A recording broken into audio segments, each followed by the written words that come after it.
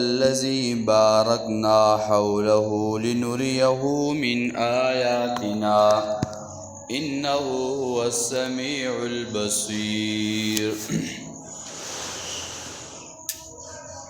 سورة اسراء بنی اسرائیل شروع پاگے کی واقعہ د معراج هغه شروع چې کله نبی علیہ الصلوۃ والسلام سدرۃ المنتہا ته ورسېدو او پرون موږ دغه تذکرہ کړی و چې سدرہ بیری توي او منتہا معنی انتها چې د بری مخلوق لاندې نشي راتلی او د لاندې مخلوق بر نشي تلی او بیا د هغې څه قدر تفصیل ذکر شوی نو په دغه مقام باندې نبی علیہ الصلوۃ والسلام ته د جنت هغه نظاره هم ښودلی شوي وه. حدیث کې راځي نبی علیہ الصلوۃ والسلام وفرمیل چې زمانه مخکې په جنت کې څه کشهارو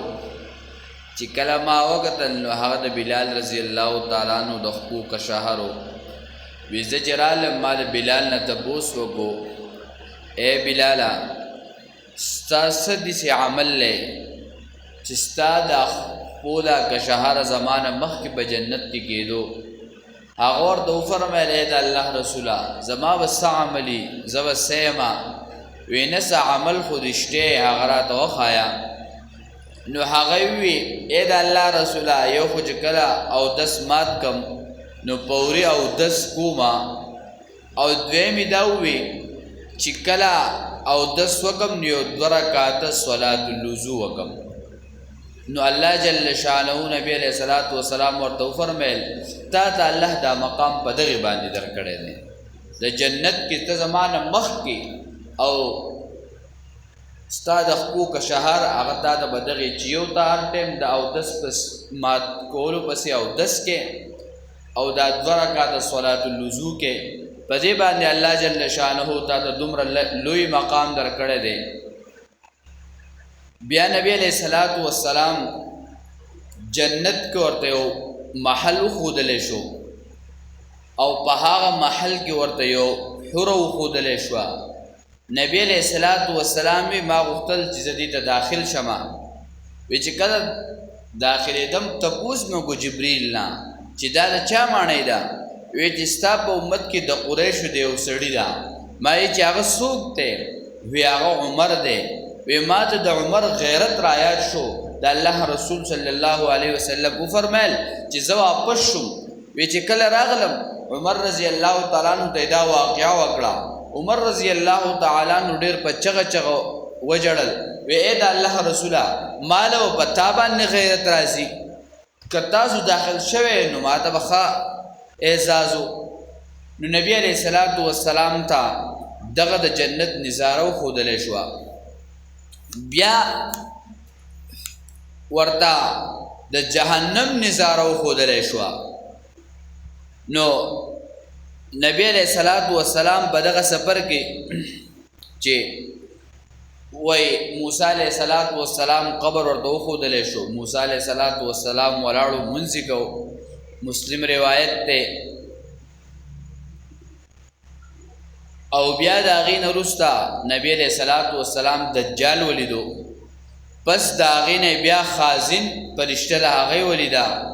مالک چې دا دواړه د جهنم سرداران دي یعنی ټول جنت کانټرول د جهنم کانټرول د دې دواړو فرشتو سره دی او د دوی سره ملاقات وکړو. نبی علیہ الصلوۃ والسلام د دا په عالم المثال کې ښودلی شوي ځکه څه خلک لا پیدا نه دی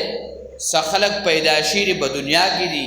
څه خلک په قبرونو کې دي خو الله جل شانه نبی علیہ الصلوۃ والسلام ته دا نظاره په عالم المثال کې ښودله. بیا نبی علیہ الصلوۃ والسلام په یو قوم باندې تېرېدو چې د هغو دا نوکونه د وسپنې او دا خپل مخونه او دا خپل غوښې شو کولی په دې جهنم کې. نبی علیہ الصلوۃ والسلام د جبریل امین نه تپوس وکړو وی دا څوک دي؟ نبی علیہ الصلوۃ والسلام دی وفرمیل وی دا ستا د امت هغه خلق دی چې دوی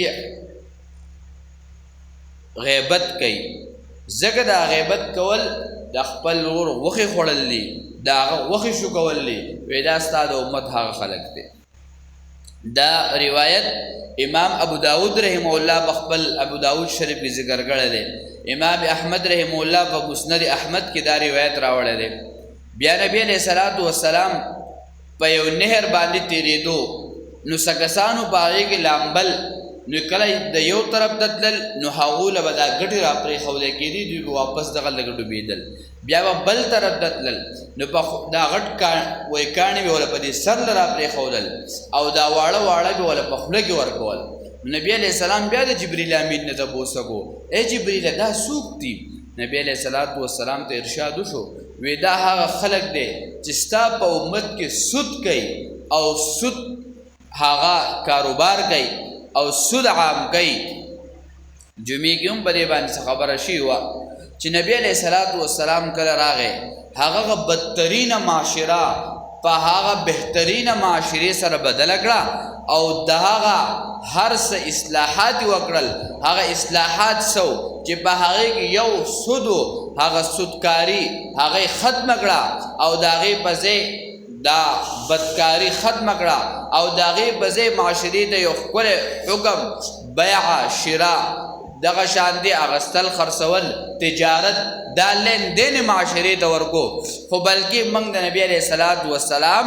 هغه سیرت هغه صورت هغه اطاعت هغه محبت هغه بدل کړی دی په معاشره کې بلکې نن په سود کې نن د هغې په مقابله کې نومونه بدل شوي دي چا وله سر هم ښودی چا وله سر هم ښودی دی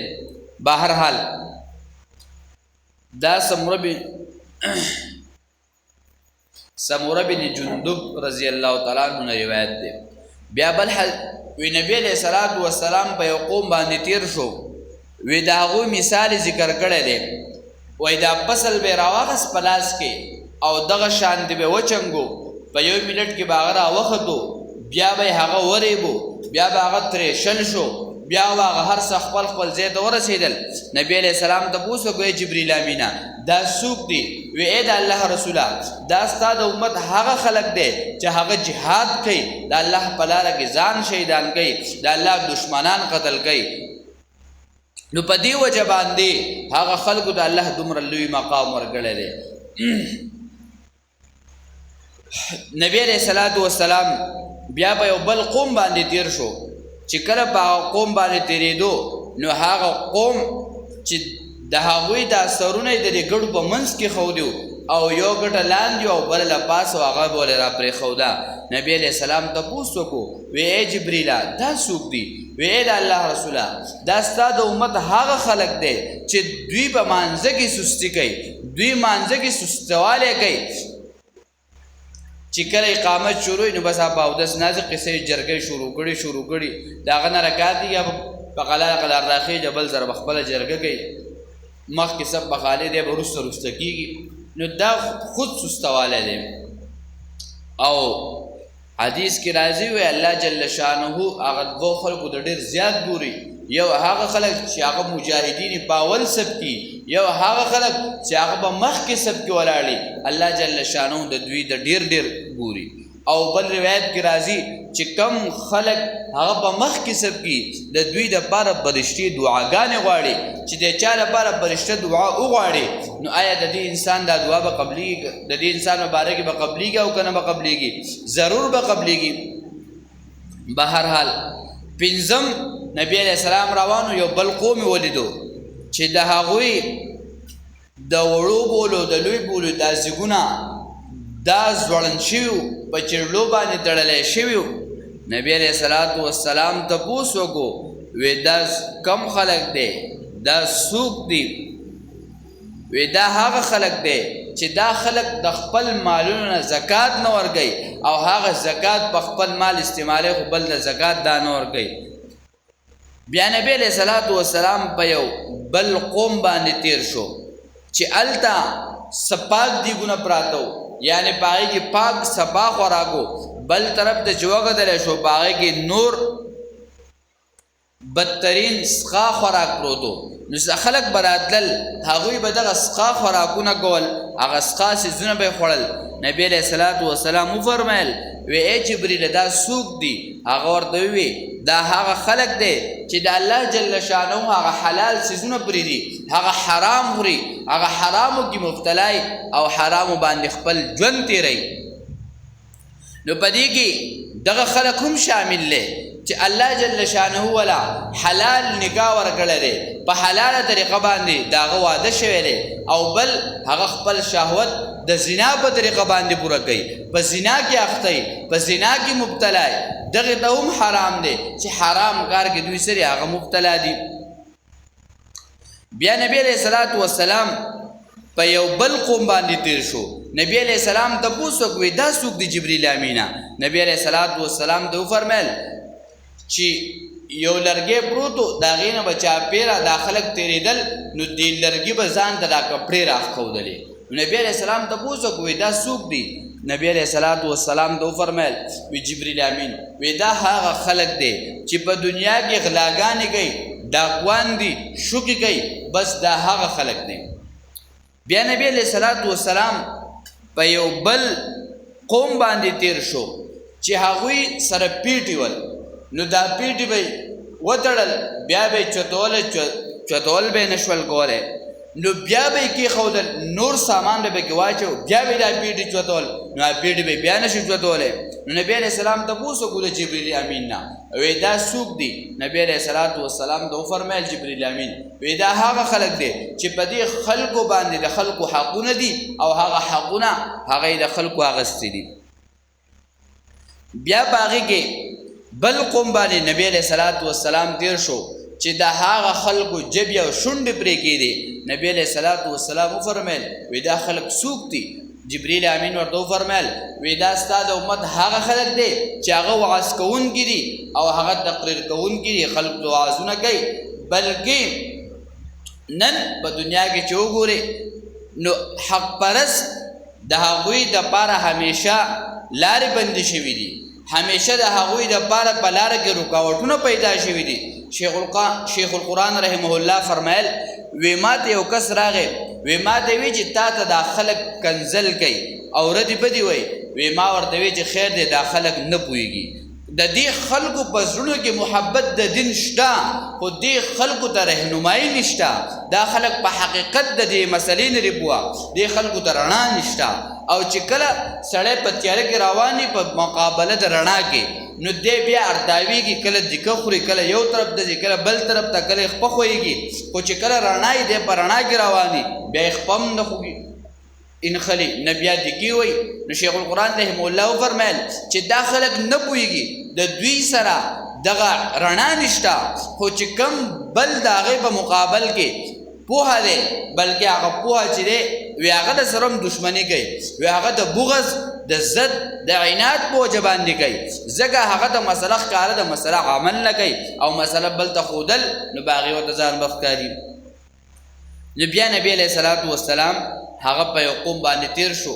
بیا هلته یو صفا هوا وه ډېره یخه وه نبی علیه السلام ته پوښتنه وکړو وی دا څوک دی جبرئیل امینه نبی علیه السلام وفرمیل وی دا جنتیانو بل طرف ته یو هوا وه بدبو راتله نبی علیه السلام ته پوښتنه وکړو وی دا څوک دی جبرئیل امین ورته وی دا جهنم دی د هغې نه دا بدبو راځي الله دې موږ او تاسو له صحیح عمل توفیق راکړي اللهم ربنا اتنا في الدنيا حسنه وفي الاخره حسنه وقنا عذاب النار برحمتك